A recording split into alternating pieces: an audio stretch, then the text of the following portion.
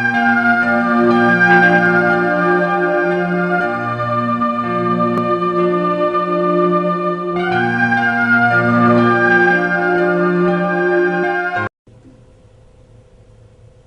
you all with my love and respects.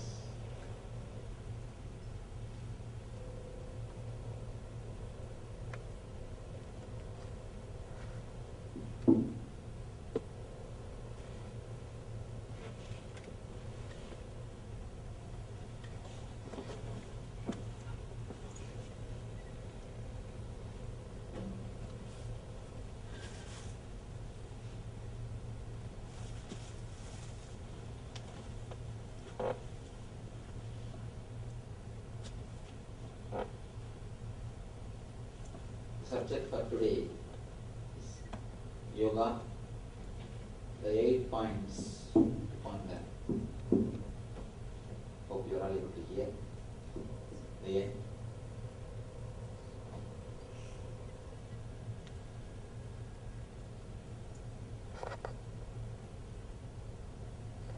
The 8 points of yoga, usually they call it as 8 steps, but according to me, it is not 8 separate steps, it is 8 points. Step means you finish the first and go to the second, finish the second and go to the third, but this doesn't seem like that. It's like you will be practicing all the 8 at a time. You need to know all the 8 at a time. Unless you have the glimpse of the 8th step samadhi, you can't achieve the perfection in the first step yama, the disciplines. One small request, today I will be speaking few Sanskrit words.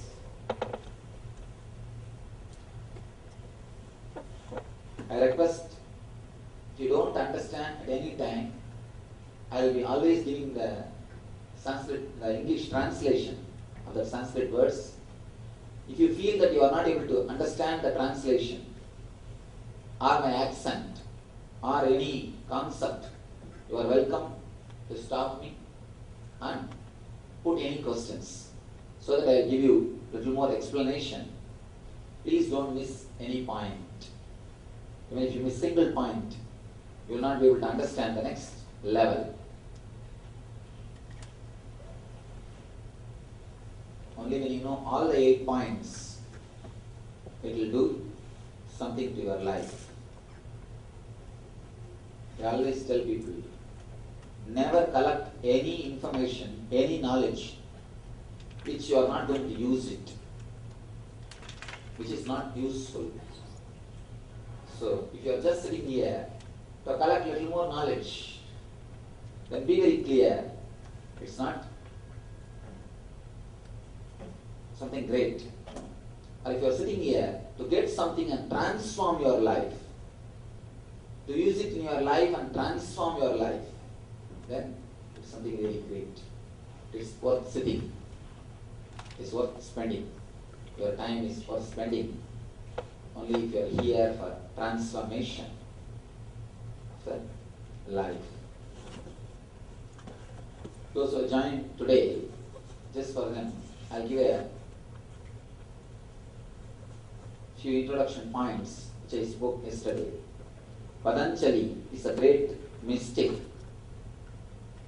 I call him as a saintist. Saint and scientist, both together. A saintist who wrote this great book, Yoga Sutra, means the aphorisms of yoga. We are going to enter into the aphorisms of yoga. Yoga means union with God. You should understand one important point. In the West, we always think yoga is just a set of body postures. Of course, it is body postures also, but it is not only that much. It is something more than body postures. It is not only for the body, it is for the mind and the soul and your whole being. Yoga means union. Patanjali gives 8 points or 8 steps to experience the ultimate union with the divine, with the universal consciousness.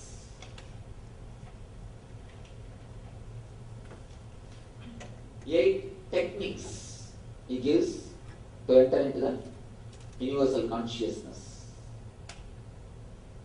Before entering into these 8 steps or 8 points, yesterday we had a beautiful question. One of our devotee asked, Swamiji, all these techniques can be practiced only by mind, which is after all a dream. How can these techniques awaken us? How can one more dream awaken us from our dreams? Today we will analyze that question a little bit. Then we will enter into the points. First thing, when you see a lion chasing you in your dreams, or when you see some nightmare, automatically you just wake up. You come out of the dream and you come to the waking conscious state. Same way, anything which gives you deep fear or greed,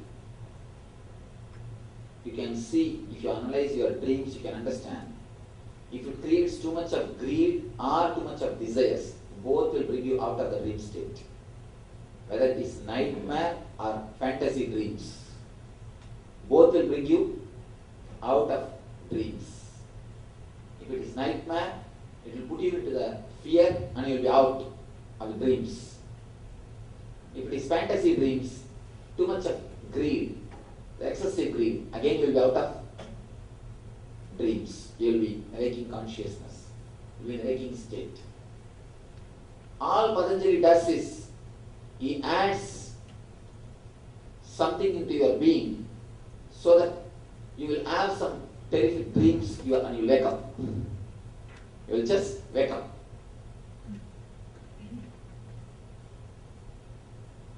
There is a beautiful story in Zen Buddhism.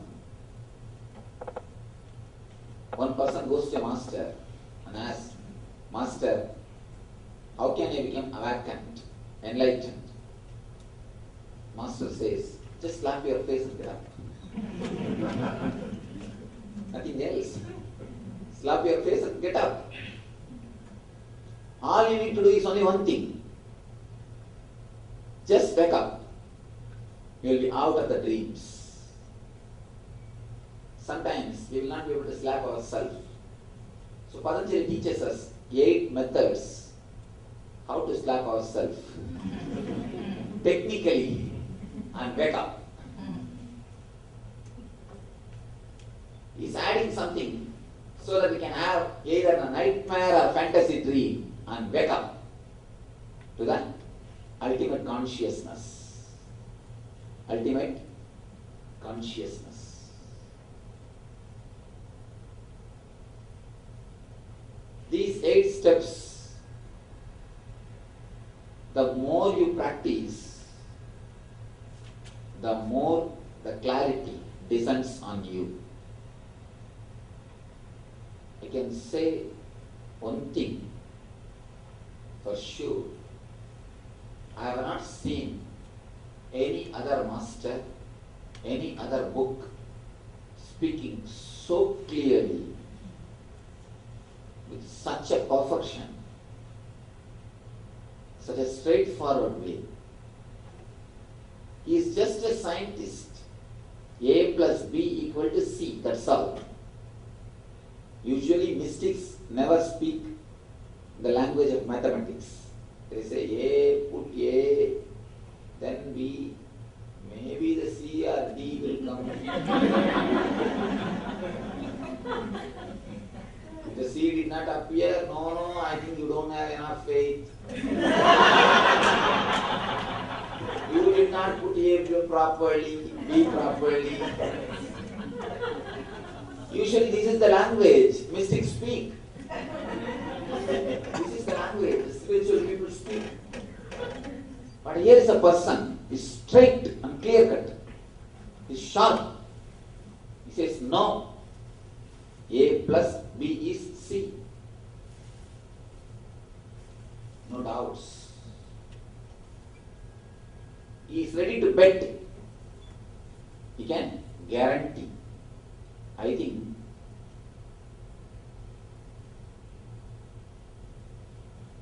he has got so much of confidence about the product which he is marketing, and he is so clear. Only Patanjali can use the word money back guarantee in the whole spiritual world. The word money back guarantee can be used only by Patanjali because he is so sharp, so clear, you cannot miss him. You cannot miss him. With any other system, there is a possibility. Some will catch and some will miss. It's always percentage. Every system, only percentage. Or 80% catches, 20 misses. Or 60 catches, 40 misses. Or 40 catches, 60 misses. But with Patanjali, I can say 110% people will catch. Why I say 110%? Not only the people who are in the planet Earth and who are in the planet Earth, who will be in the planet Earth also can catch. Because he has created such a foolproof system. Not only for the past minds and the present minds, he can work for the future minds also. He has already predicted all possible complications mind can create and given solution. In the modern days they say pesticides which they are using for agricultural purposes to kill the insects. They say if you use a particular pesticide for 1 year, the insects slowly they became so strong, they get immune to that pesticide. Next year, if you use the same pesticide, they start eating and surviving. They start surviving the pesticide. So next year, naturally, you have to improve the strength. You have to increase the strength. Every year, you need to increase the strength of the pesticide to kill the insects. Because the insects learn the art of surviving the pesticides. Same way, our mind also learns the art of surviving the masters. Again and again, masters create techniques to go beyond the mind. But the mind is so cunning, it learns the techniques. We all have survived Buddhas. We all have survived Shankaras. We all have survived Krishnas. We all have survived Christ. We are surviving the masters because we became more cunning. Our mind becomes more cunning. We know the methods to escape from the techniques. But with Patanjali, there is no need for any updating your pesticide. He has created such a strong mechanism, a system. You don't need to update it. Simply it will work. At any time, simply you can't survive Patanjali. You can't survive Patanjali. Simply you have to become enlightened. You have to reach a state. No other way. You can say Patanjali is the perfect master because he has not left even a single chance. That is why his tradition is still alive. As I was telling you, if you see from the practical point, from the practical aspect, he is the master who has inspired more number of people on the planet Earth. Practically, he is the leading person in the spiritual field. Almost all the masters are directly or indirectly inspired by him.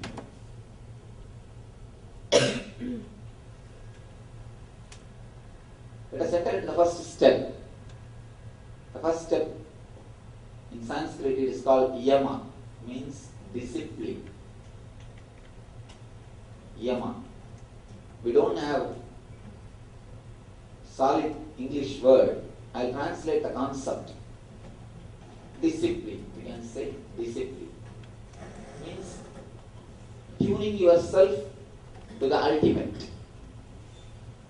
The discipline does not mean do's and don'ts. Please be very clear.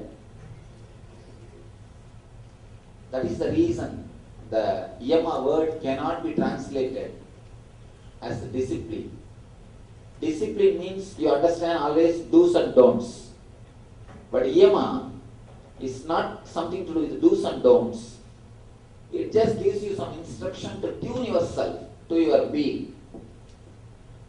I can say yama means tuning to yourself. Trying to tune yourself to your self. Smaller self to higher self. First comes ahimsa, means non-violence. Here, non-violence is not preached as a morality, no. It is given as a technique. An important understanding. Usually, non-violence is always taught to us as a morality. If you are non-violent, you will reach heaven. If you are violent, you will reach hell. It is like morality. You will be rewarded or punished. But I tell you, no morality can be practiced. Advice is the one thing which everybody is ready to give, nobody wants to take. Everybody is ready to give, nobody wants to take. No morality actually can be practiced. It's very difficult to practice any morality. And if at all you are successful in practicing some morality, be very clear, we will be schizophrenics. God saved us, we will not be able to practice any morality. If you master any morality, you will be just schizophrenia, suppressed, depressed. I tell you, if you understand and practice, it can never be a discipline. It will be just falling in tune. It will be just tuning yourself. Here, non-violence is not given as a morality. No. No concept of hell or heaven. If you are supposed to follow morality only based on the fear of hell or the greed for heaven, I don't think we have grown. All morality should be based on consciousness, not on conscience. Morality based on conscience is only skin deep. You know the depth of skin.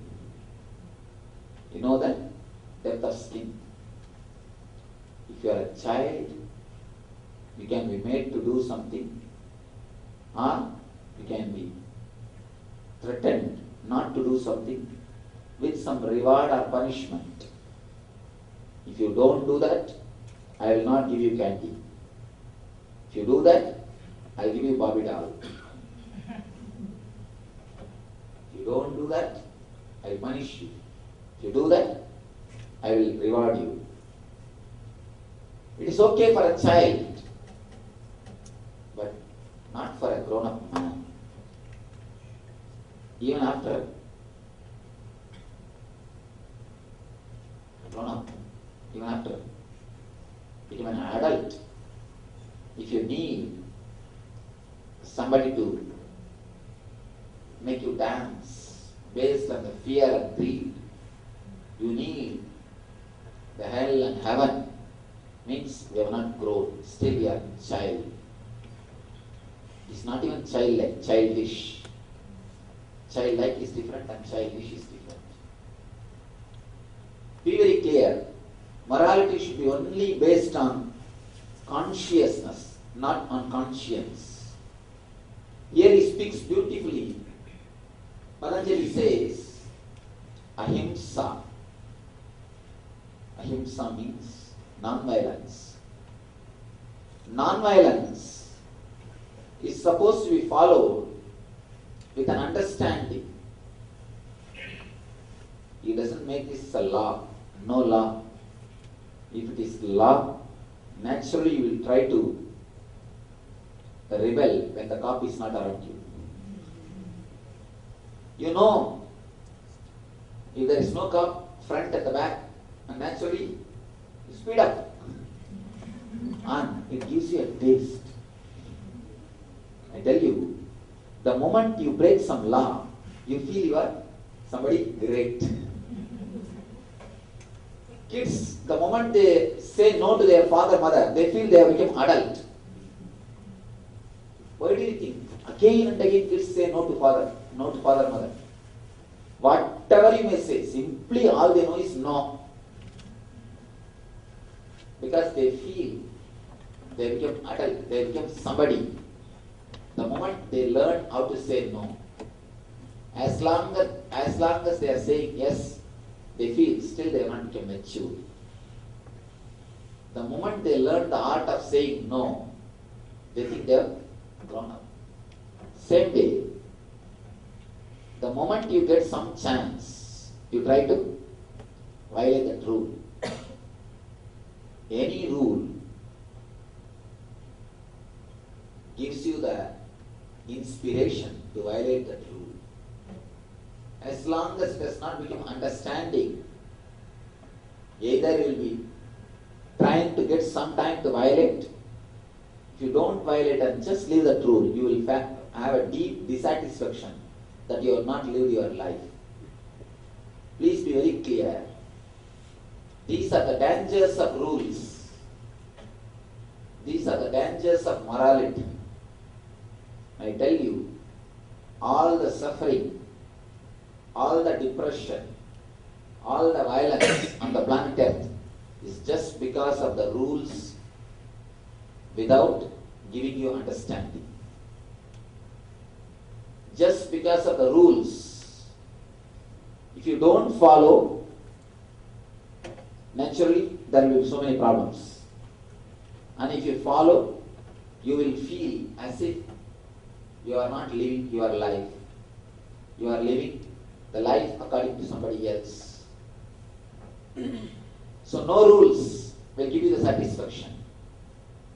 That is why I replace the word conscience with a beautiful word consciousness. Not discipline, falling in tune. No discipline, only yama. Yama means falling in tune.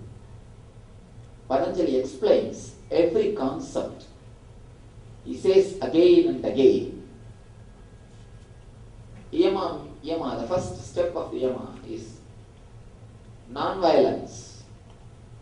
Non-violence with understanding why we should not be violent. Not because you are going to get heaven or you will not be put in the hell. And I tell you one important thing.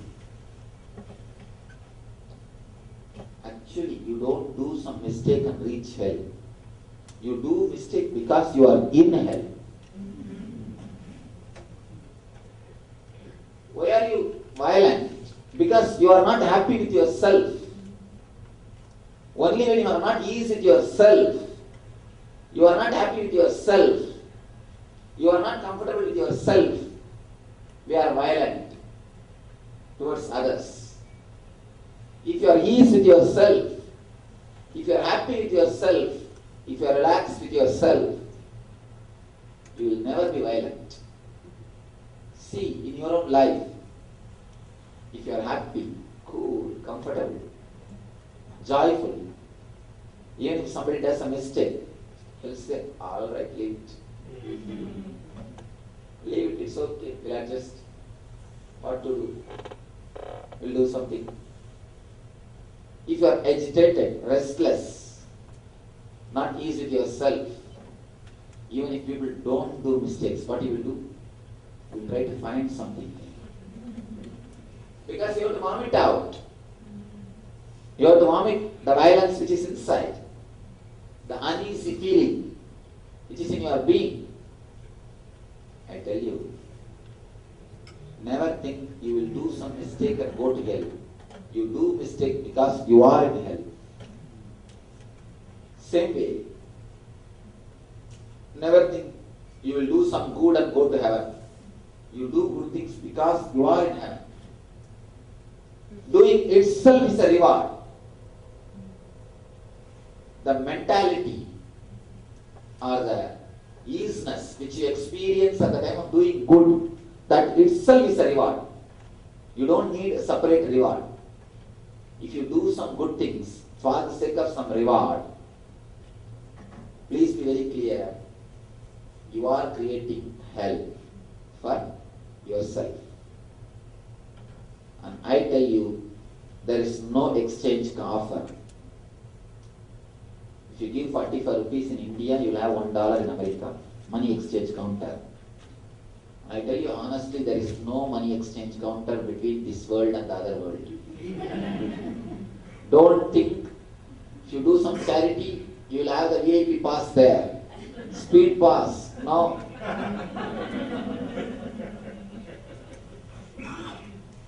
Do charity just out of joy, out of the spirit of sharing. You have it, let's share. Just out of that understanding and sharing spirit, do charity. Never expecting that you have a special flight taking you there, carrying on all. Special arrangements will be made for you there. Saint Peter will be standing in the pearly gates and receiving you. And please don't imagine all those things. Any morality or any discipline, if it is based on fear and greed, it is not going to lead you anywhere except hell. It will not even lead to hell. You will be in hell. Any morality should be only based on understanding. Here, he gives the understanding. If you are established in non-violence,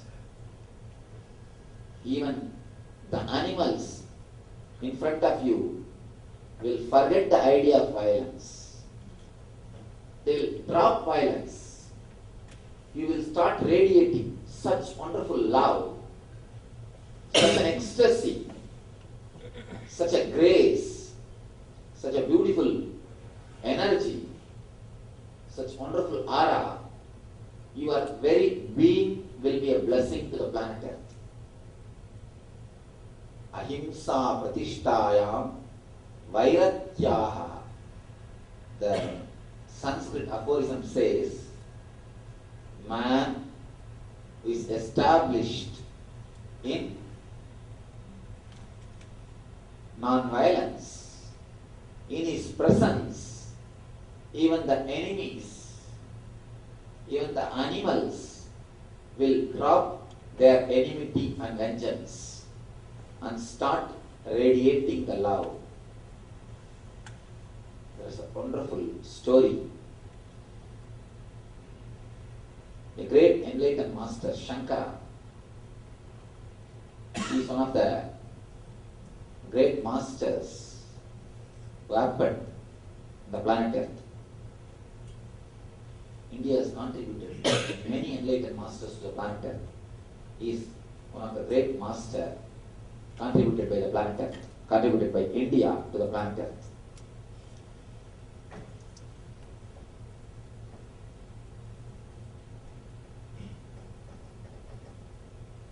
if we say Patanjali is a technician who created techniques,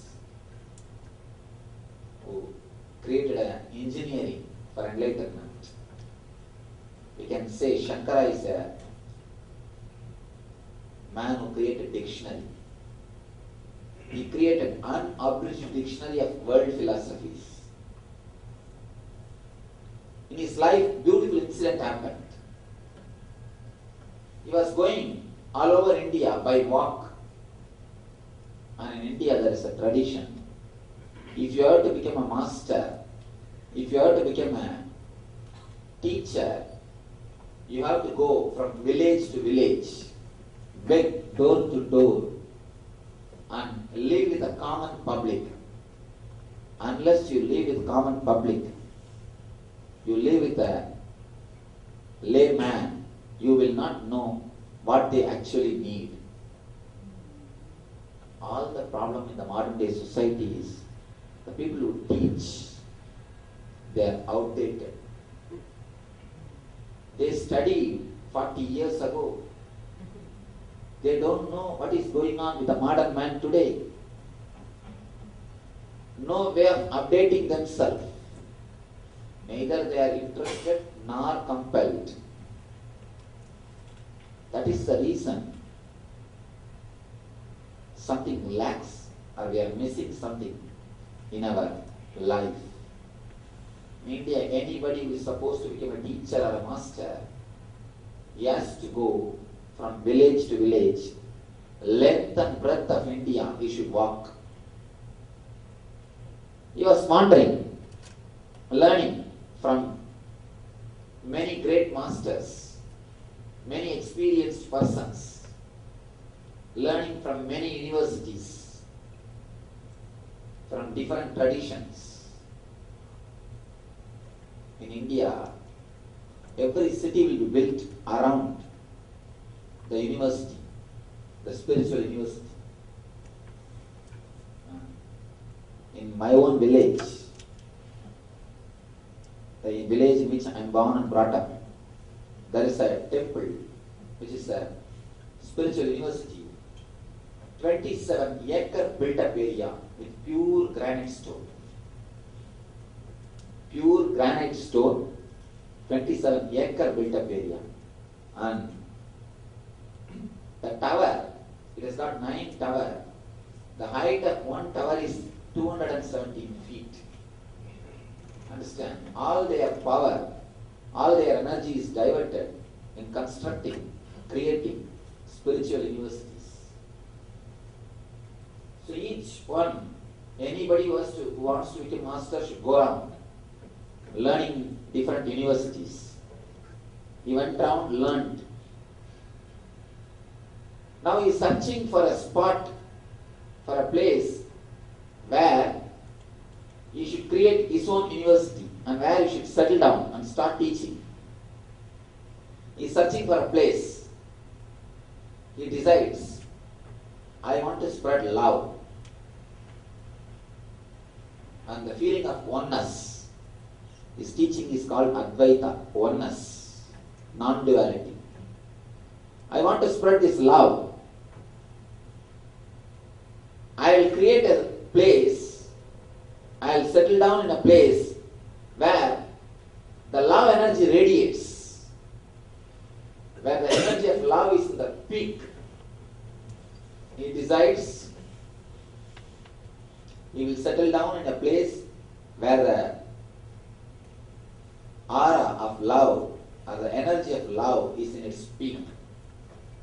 He goes from, at one place he sees in a forest on the bank of a river. In a forest he sees, the night was a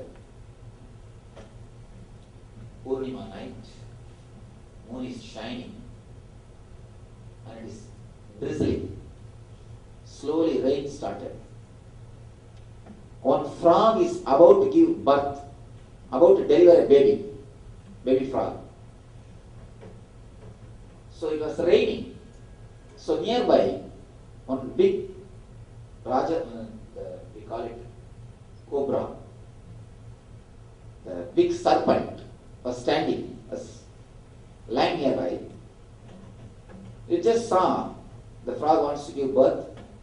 wants to deliver a baby, and it's raining. Just to protect that frog, cobra just took his wood and he was protecting the frog. You know, cobras, the moment they see the frog, what they do? They swallow. They are basically enemies. And frog also, the moment it sees the cobra, it just escapes. Here, the cobra is protecting, the frog is delivering. When Shankara saw this scene, he was just shocked. This is the place where I should create my university. Animals lose their enmity. The idea of enmity is totally lost. Such a pure feeling of oneness starts happening. Such a pure love starts happening. And I tell you, if you experience that love, if you understand that love, you will never become violent again. Not for the sake of hell, not for the sake of heaven, not because of the fear or greed. Just the ecstasy of that love is enough. You will never become violent. Simply you will become non-violent. Simply the non-violence will happen to you. Because that very love itself is such a wonderful thing. Such an ecstatic, deep bliss. You will never become again. When think of violence, as and now, all our non-violence is just show, mask. Deep down, we are violent. Look into your life. If somebody falls, you rush, try to help. But how much you have to struggle to suppress your laughter? Tell me honestly. If somebody falls, what will be the first reaction? Automatically inside you, giggle. And you have to suppress yourself. Somehow you have to manage to be polite. Many times, socially, we express the sympathy, but inside we feel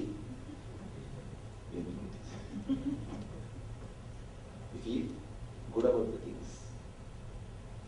We don't know actually what we are doing. Small story.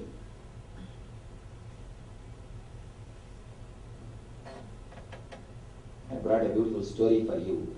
I'll read out. Ananda Papaya woke up to find himself in the hospital with his friend sitting beside him. Shocked, Papaya asked his friend, "What happened last night?" Sadly, his friend replied, "You know, Papaya, at last night's party, after drinking too much, you declared that you are going to parachute down from the 4th floor through the window." Papaya exclaimed, "Why did not you stop me, you fool?" Friend replies, "Because last night I thought you could do it." He was also drunk. Friend was also drunk. Many times, we don't know what we are doing. And after things happen, we sympathize or try to sympathize. And inside, we just have a good time. We enjoy. We enjoy what's happening. All right. Let's have a good time.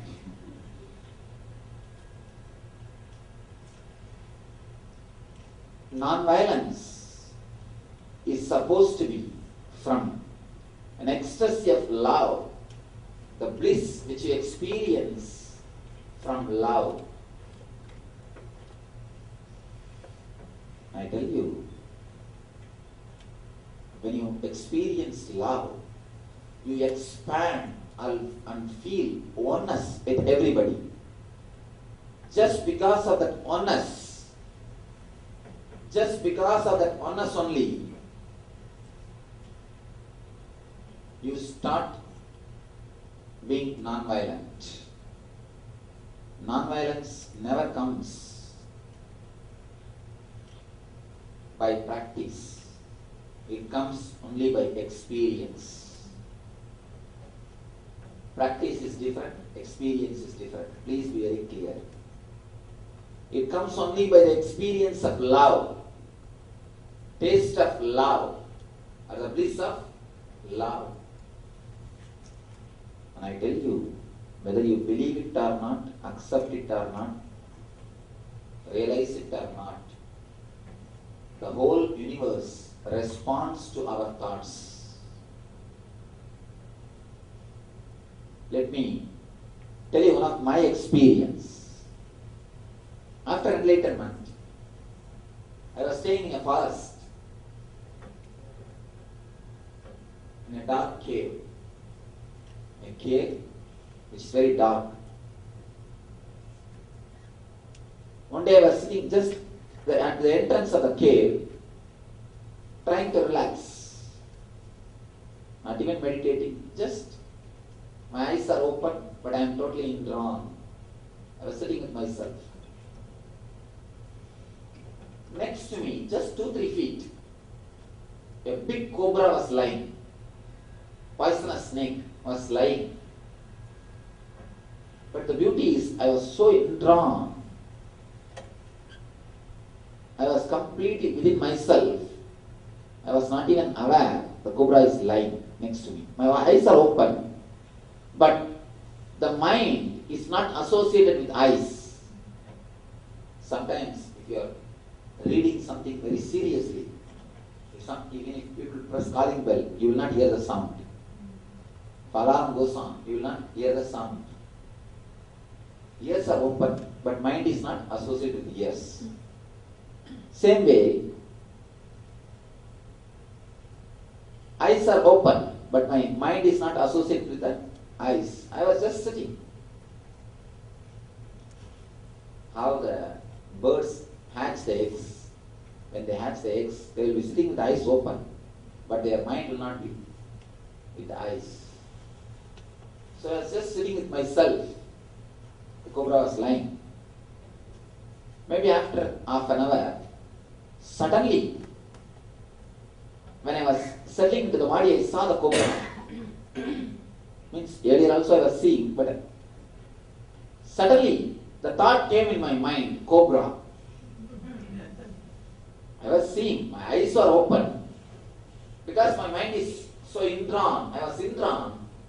The thought cobra never occurred in me. The moment, actually, I became slowly extrovert. I started settling into the body. And the moment the thought came, cobra, I could see very clearly the cobra had the thought, man.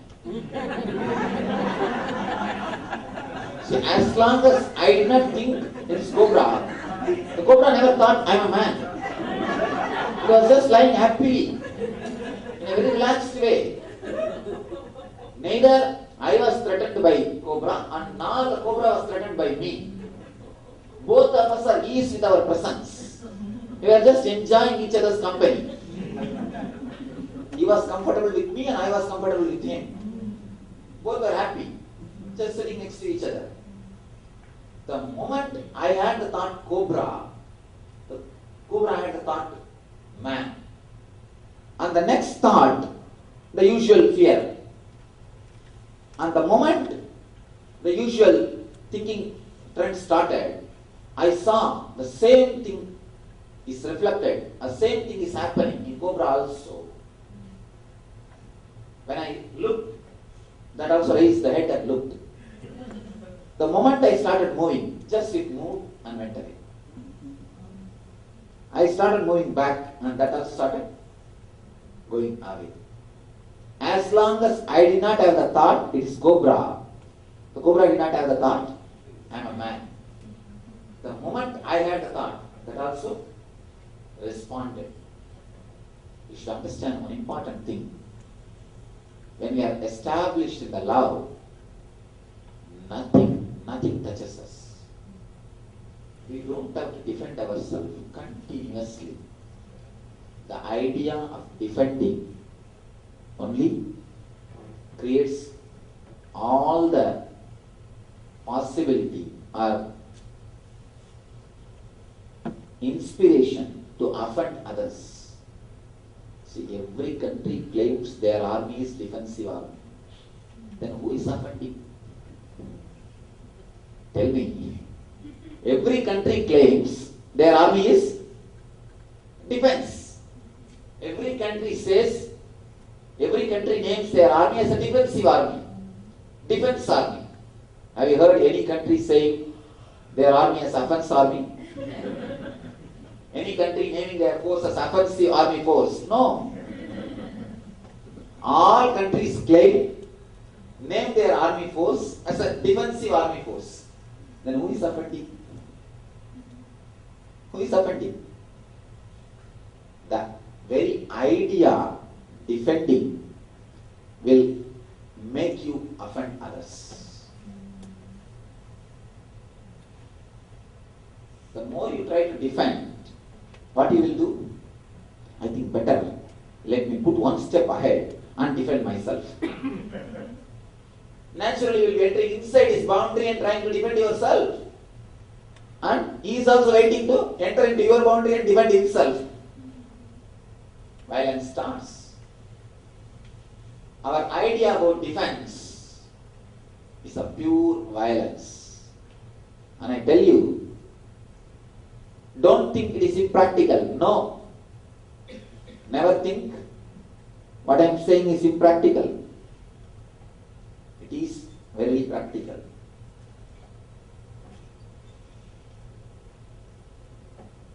We always think, no, how can we be alive without protecting ourselves? I tell you, now you protect yourself so much. What we have experienced in our life, except the pain and sufferings. Is there anything else about it we achieved? No. I tell you, even if you are exploited, if you live radiating love, you will be a god on the planet Earth. You will live like a god on the planet Earth. You will just have such wonderful being. You will be a god on the planet Earth. You will be like a flower on the planet Earth. And if you take the other choice to continuously defend yourself, I tell you, how much you defend yourself, you can defend yourself from the neighbors, from your society, from other human beings, from animals, all for 100 years. After that, you can't defend yourself from death.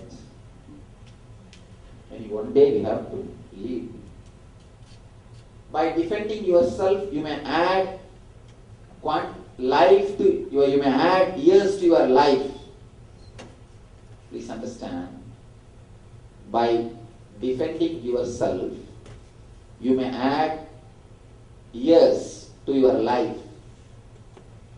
By trusting, by loving, you will add life to your years. These two things. You want to add years to your life or life to your years? It's your choice. By defending, you will add years to your life. By loving, by trusting, by opening up, you will add life to your years. What do you want? You have to choose. It is up to you to choose. When you understand the power of love, the ecstasy of love, not only you will not be non-violent, you will not feel you are a great person by being non-violent. One big trouble. People who start practicing this non-violence, they develop such a big ego. I tell you, these so-called goody-goody people. The idea, holier than thou. I am holier than you. This is the most cunning, violent attitude. You can trust the atheist, but never this so-called goody-goody people. Atheists will be more honest. But the so-called goody-goody people, they will have so much of covered ego that I am holier than you. If you start practicing non-violence, you will radiate violence in a cunning way. You will start claiming, I am holier than you. You are under me. I am holy person. I am great person. You don't know who I am. Always carrying a big board. Big, putting all their qualities. Big billboard. And if you experience the energy of love, not only you will not be non-violent, you will not feel you are doing something great. You will be non-violent in a very ordinary way.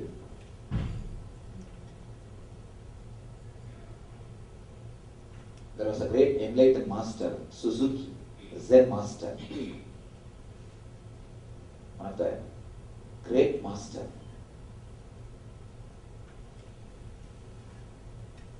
Somebody asked him, Master, what is the greatness of your master? What's the extraordinary thing you found in him?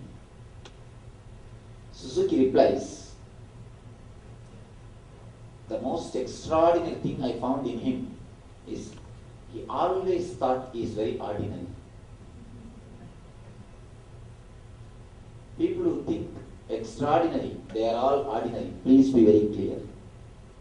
Every one of us have a feeling inside our being that we are extraordinary. We don't say it very loudly because it's too egoistic. But in a very mild way, in a very nice way, polite way, my religion is great. My country is great. My race is great. My language is great. Why do you think again and again we claim, my city is great, my religion is great, my country is great, my language is great, my race is great? You can't straight away say I am great. So naturally we have to be a little polite and just say it in a roundabout way. We can't straight away say. It looks too egoistic. So we have to express it only in a roundabout way. That is why we claim, my race is great. My religion is great. My country is great. My language is great. We always think we are extraordinary. We are extraordinary. But I tell you, anybody who thinks extraordinary, that is enough, he is ordinary.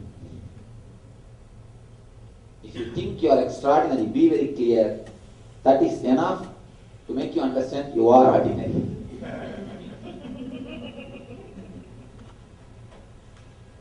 Suzuki says, I have never seen anybody who thought himself as so ordinary as my master. That makes him extraordinary. When you live in an ordinary way, you simply become extraordinary. No extraordinary person thinks he is extraordinary. Please be very clear. Somebody came and asked me, Swamiji, am I enlightened? I have a doubt. I told him, as long as you have doubt, please be very clear, you are not enlightened. The moment you become enlightened, not only you will not have a doubt whether you are enlightened or not, I tell you honestly, you will not even think you are enlightened. People ask me, people who live around me, they ask me, Swamiji, whatever is said and done, how could you live such an ordinary life, such an ease life? I don't take myself for granted. I don't even think that I am enlightened. A real enlightened person will not even remember that he is enlightened. Will not even think he is enlightened. He will not even have thought he is enlightened. Do you always sit and think, I am Sheila, I am Sheila, I am Sheila? Do you repeat your name? No. You don't continuously sit and think, I am this, I am this, I am this. No. If you are that, that's all. You don't think. You don't remember. Same way, a real enlightened person never even thinks he is enlightened. And he just lives. An extraordinary person will not even think he is extraordinary. It will be so ordinary, such an ordinary life. And that's one more reason why we miss enlightened people. They will be very ordinary. If you live around them, they will be so ordinary. You can't find any difference. You can't find any difference. People always worship and respect the dead masters, ancient masters. Why? Because a lot of stories are created around them. They are projected as extraordinary. But with living masters, they are so ordinary, difficult to recognize them. If you come and stay in the place where if you come and see where I am staying, there is a restroom in my room. I also use the bathroom. I also eat just like you all. I just live just like you all. But when you read the lives of ancient masters, you don't read or remember whether they used restroom or not. And no master's life says whether they used restroom or not. It's not recorded. So only the miracles are recorded. Only the peak incidents are recorded. Only the extraordinary things are linked. And the biography is created. Ordinary things are forgotten. The mundane things are missed. So you always think enlightenment means something extraordinary. I tell you, you will become so ordinary. You will just radiate ordinariness. You will radiate ordinariness. When you experience the glimpse of the love, not only you will not be violent, you will not boast yourself that you are non-violent. You will not even think you are great because you are non-violent. You will not even feel you are some way extraordinary. Next, Patanjali says, the next point. In the first point, there is a 5 points. In the first point, in the 5 points, we have finished 1 and we are going to second.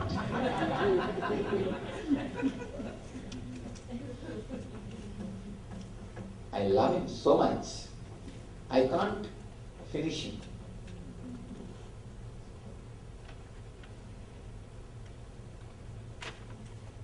Actually, when you start talking about somebody whom you love, whom you feel very near and dear, you can't finish. You can't end. It will just go on, go on, go on forever. You can never end. When you talk about some of your enemies, naturally in 2-3 minutes you say, enough, stop talking about him, let's go something else. The person whom you don't feel comfortable or happy, you say, enough, let's talk about something else. Let's go to something else. Let's change the subject. But when you talk about somebody whom you love, whom you really enjoy, with whom you feel comfortable, not only you can't end, it goes on and on and on.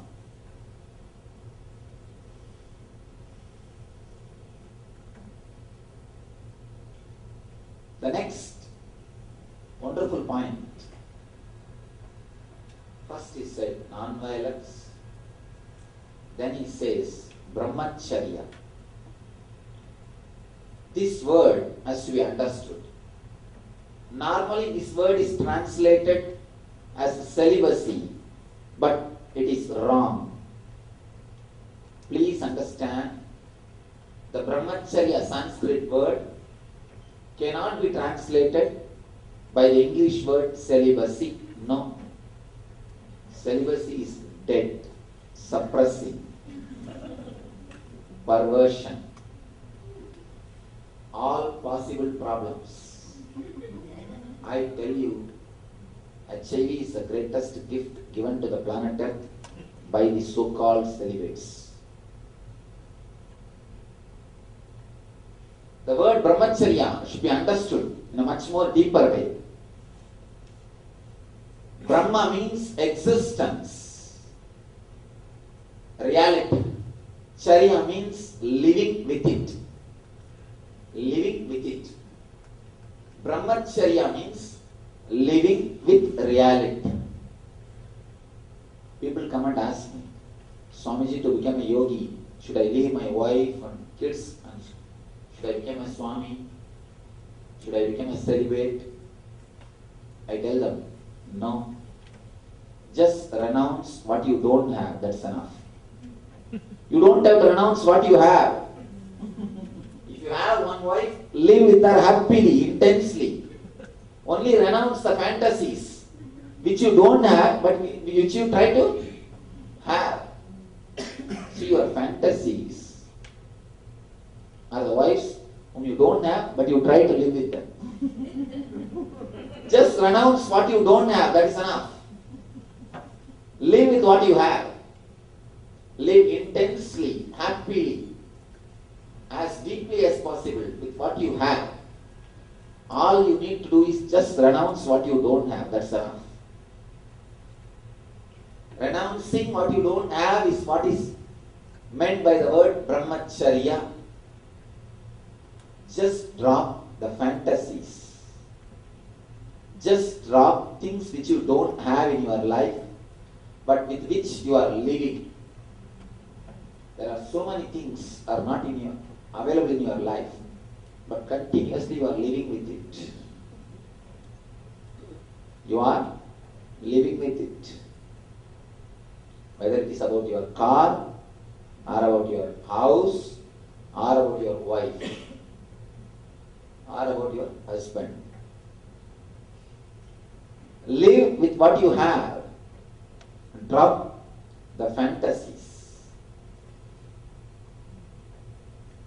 A real wife, a real husband is perfectly alright. Just drop your fantasy husbands, your fantasy wives, your fantasies about wife, your fantasies about husband. Accept the other person as he is or as she is. Accepting the reality. Living with the reality is what is meant by the word brahmacharya. If we translate the word brahmacharya into celibacy, I tell you, not even 1% of the world can become yogis. Leave about 1%, not even 0.001%. Not even 0.001%. Once you become enlightened, only then extraordinary energy happens to you, and you just live like a flower. Live like a flower. And I tell you, the yogis, the so-called modern day yogis have done a very big mistake by translating this word brahmacharya with the English word celibacy. No. In Sanskrit, original Sanskrit, it means living with reality. Brahma means reality, existence. Charya means living with. Living like or living the existence. Living the existence is what we should understand by the word brahmacharya. You don't need to renounce what you have. Just renounce what you don't have. That's enough. If you renounce what you don't have, you will not renounce what you have. Two things. Either you live with your fantasies or you live with your real wife. When you live with your real beloved, you drop your fantasies and your life becomes heaven, ecstasy, joy. If you live with your fantasies, naturally you will feel uncomfortable with your real wife, and you will choose something else, somebody else. Again, when you come near, you will understand she is also not matching your fantasies. Again, you will drop. Again, after that, you will search somebody, and you will come upon with somebody. You will understand she is also not matching your fantasy, and it will go on and on and on. I tell you, the idea of beauty or fantasy is just an idea. It is not reality. Where is the scale of beauty? Tell me. As long as the things are maintained, as long as you maintain a distance, everything looks beautiful. When you look from long distance, long shot, things really look beautiful. When you come close, everything becomes flat. Everything becomes normal. I tell you one important secret. Even if you marry the Miss Universe or the best great model, the idea about beauty will be there only for 15 days. Because in your movies and dreams, you have different fantasies. But in reality, it will be totally different. The moment you start living together, you start staying together, naturally the idea of beauty will disappear. The idea of beauty will disappear. It will stay only for 15 days. That is why we have a beautiful word, honeymoon. Not honey sun. Have you heard the word honey sun? Why it is honeymoon? Your moon will stay only for 15 days. This emotion also will stay only for 15 days. That is why honeymoon. When you start living with reality, when you start accepting her as she is, without bringing your fantasies in the front, without trying to mold her as you want, you will live ecstatic life. You will be surprised. In India, people stay together even for 60, 70 years. Actually, When I tell them that in some other countries people marry even twice or thrice, they get shocked. Usually, I can say even 80% in Indian culture, they stay together forever. In Hinduism, the idea of divorce never exists. There is no idea of divorce. According to Hindu marriage laws, the divorce is not possible. And I want to tell you one important thing. Still, we don't have a Sanskrit equivalent word for divorce.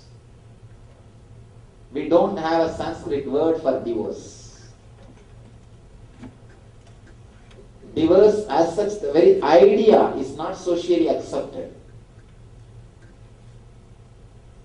Because before the marriage, they are very clearly made to understand nobody can suit or match your fantasies. Either you live with your fantasies and get frustrated after seeing 5-6 persons, or drop your fantasies and live with one person happily forever. Only in the fairy tales you get the word. They lived forever happily. They lived forever happily married. Only in the fairy tales you can get the word, not in reality. In reality, only when you drop your fantasies, you can experience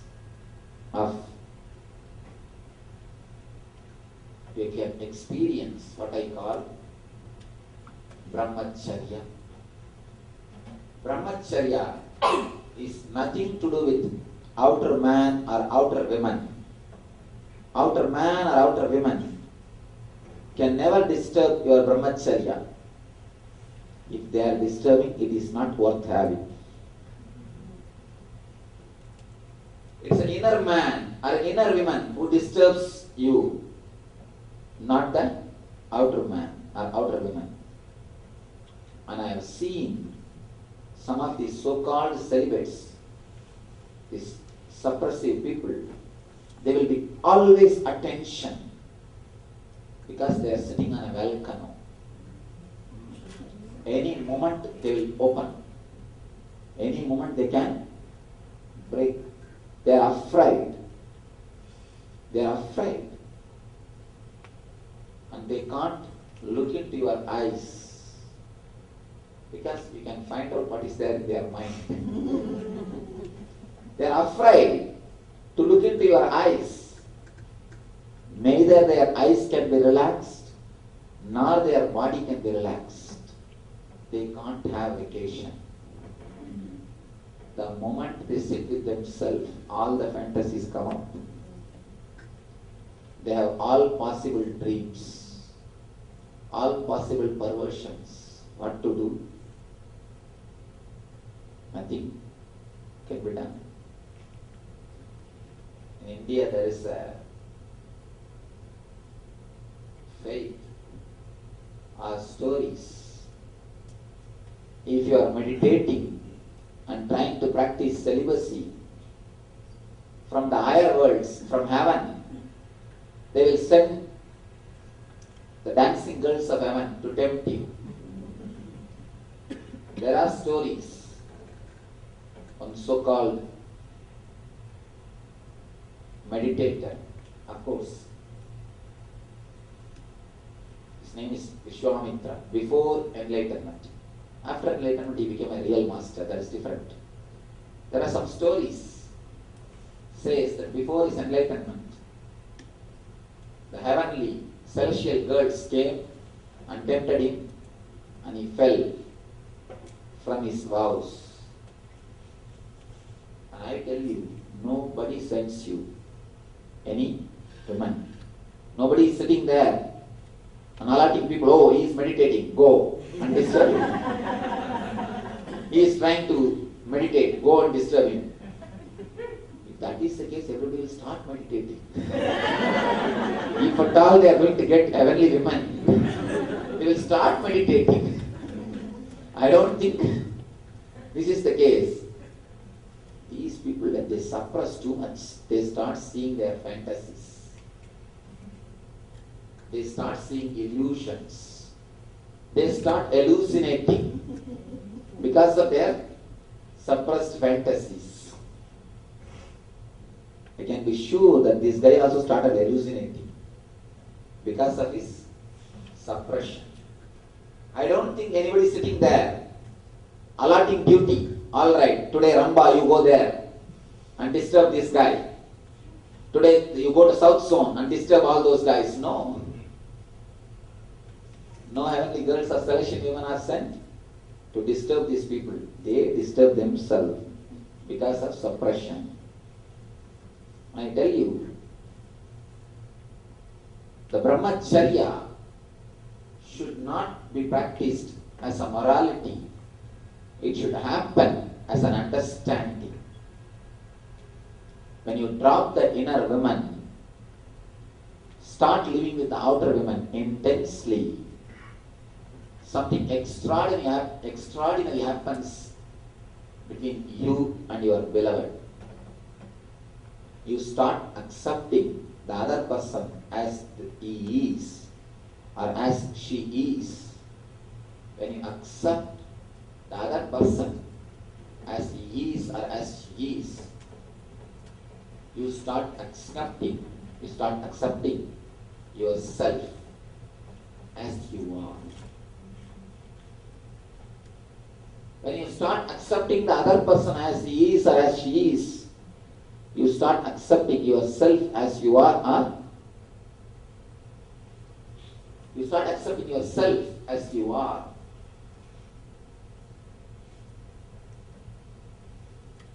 In a way, brahmacharya also has to be experienced, or you have to fall in tune with it, not to be practiced, but to be experienced.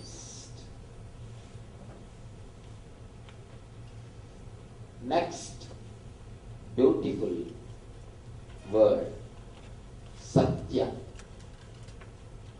Satya means the truthfulness. Please be very clear, not factfulness. Being factual is not being truthful. When Patanjali says Satya, he means the truth, not being factual. People understand. Satya means being factual, telling the facts as it is. No, that is not Satya. Satya is something more. Living the truth, not only speaking the truth. Speaking the truth, any fool can do. I think only fools do. That's not a big thing. Speaking the truth is not a big thing. Living the truth. When Patanjali says Satya, he means something more than being factual. Actually, I tell you, important secret. If you have to break any law, all you need to do is, you don't have to go against the law. Just follow it verbally, verbatim. Simply you will break the spirit. You start following verbatim, literally, you will break the spirit. Two things, catching the spirit or catching the letter. When you catch the letter, there is every possibility you will miss the spirit. How do you think? Why do you think people fight in the name of God? Jesus says, love thy neighbors as you love thyself. Krishna says again and again, I am in everybody. See me in everybody and love everybody as you love myself. Every master says we have to spread love. We have to radiate love. But finally what happens? Why so much of religious terrorism? Why so much of violence? They catch the letter, not the spirit. They catch the letter, not the spirit. They catch the personality, not the principle. Each one wants to spread the peace and love as they want, not what others feel. These so-called preachers of love and peace, they are the people who create all possible chaos.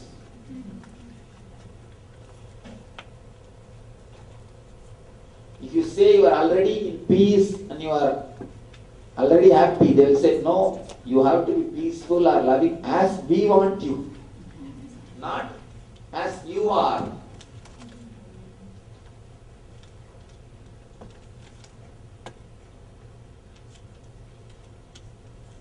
If you are already peaceful, then how will we have joy?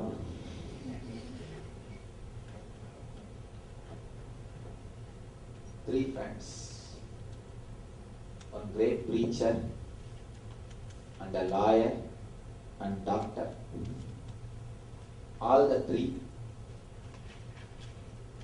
were sitting and discussing. The doctor said, God must be a doctor.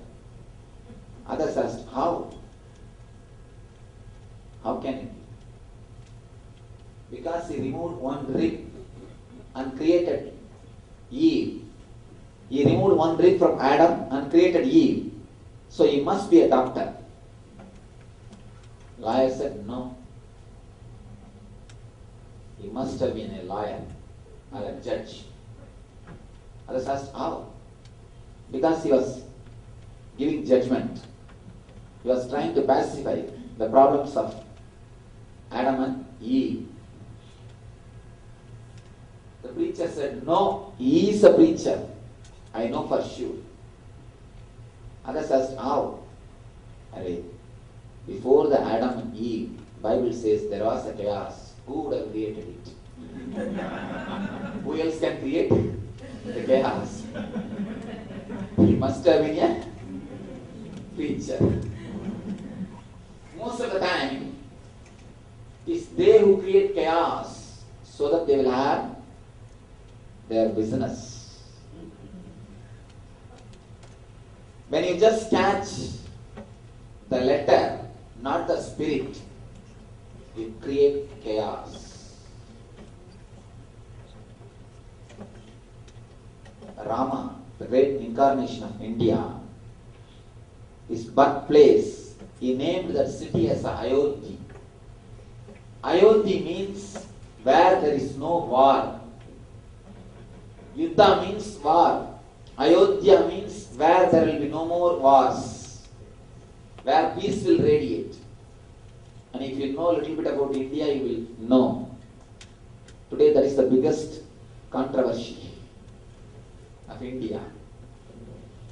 So much of violence is going on just because of that one place.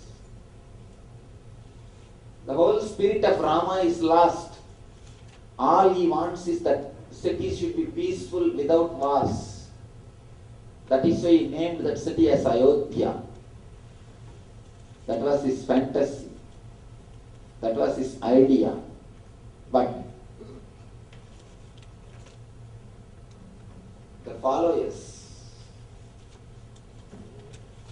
they catch the letter, not the spirit. A small story, beautiful story. There was a great enlightened master living in the banks of Ganges, India's holy river. he had one copy of holy book, the Hindu holy book, Bhagavad Gita. He used to read that book. He used to worship that book. That book is the only property which he owned. And almost that book has become his life. It has become part of his life. One day, every day he used to sit and pray with that book, read that book, and recite it, and pray to the God, or practice it. One day, a poor guy, old man, came and begged, "Sir, please give me something. I have not eaten for last 2 days. I am hungry. Please help me." The master felt deeply moved. He thought, "I myself a beggar. What can I give you? I have nothing except this one book. I can do one thing.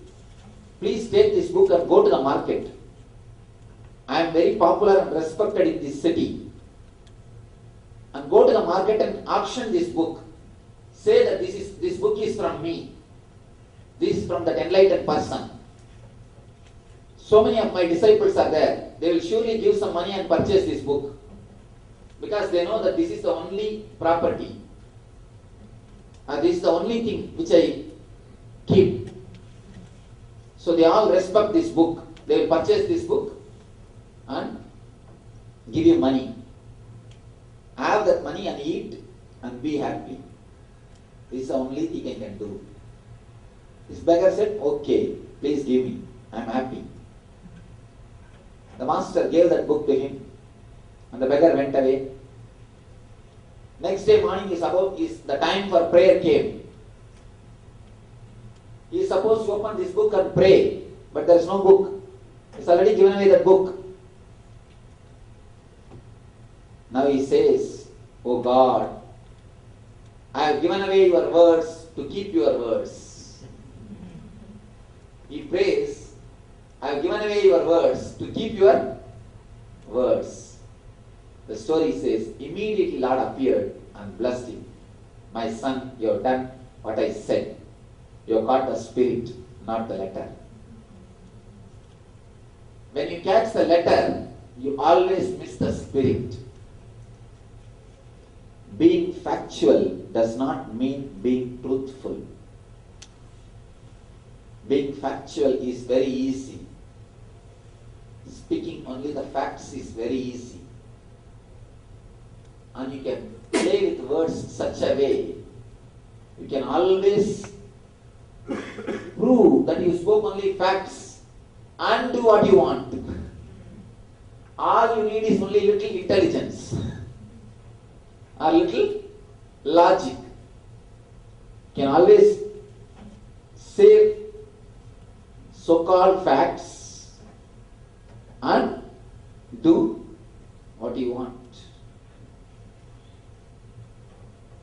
So much of corruption is there in all the countries, in all the fields, because we understood the Satya as being factual, not as truthful. Being factual means speaking the fact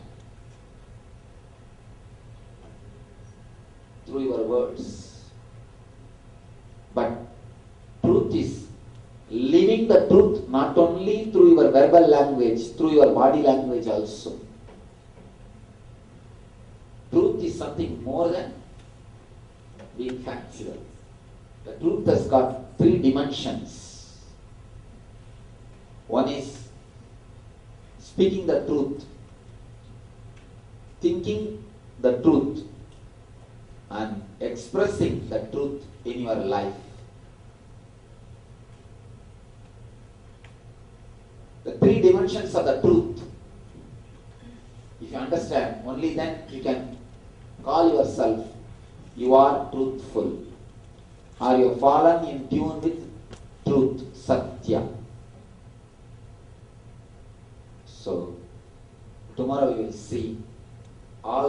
dimensions of